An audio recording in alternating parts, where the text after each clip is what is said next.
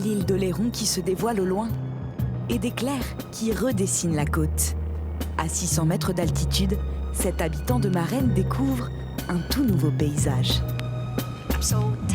On a l'habitude de voir tout à notre niveau et c'est vrai que vu du ciel, c'est différent, c'est impressionnant et on se rend compte réellement qu'on est tout petit, quoi.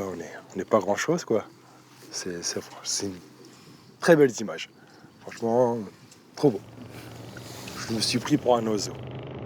Un baptême de l'air rendu possible grâce à cette drôle de machine, le paramoteur. Cette hélice propulse facilement les passagers vers les nuages, une discipline particulièrement adaptée aux plaines de Charente-Maritime.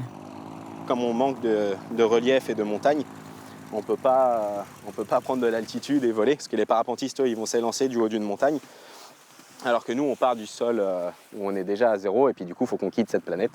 Et pour quitter la Terre, on va se servir du moteur qui va nous permettre de prendre de l'altitude. Depuis le mois de février, cet ancien champion de France espoir de paramoteur a repris cette école, la seule de Charente-Maritime. Une bretelle ici pour la main gauche. Mais avant de quitter la Terre, les élèves doivent d'abord connaître les bases. Antonin s'entraîne depuis un mois pour obtenir son brevet de pilotage.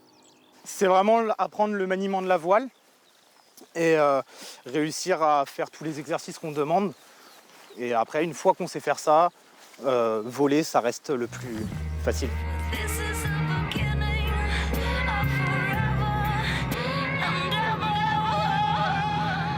La discipline, née il y a 35 ans, se pratique aussi en compétition. Nicolas Perron, lui, est un spécialiste de la navigation. On a interdiction au GPS, au téléphone, et on va voler vraiment qu'avec des cartes, éventuellement des boussoles. Et le but, c'est soit d'être le plus précis en navigation, ou être le plus précis dans le temps de vol donné. Après, il y a des manches de vitesse, des manches de précision d'atterrissage. Dans le département, une centaine de licenciés s'envolent régulièrement en paramoteur. De quoi garder un peu la tête dans les nuages.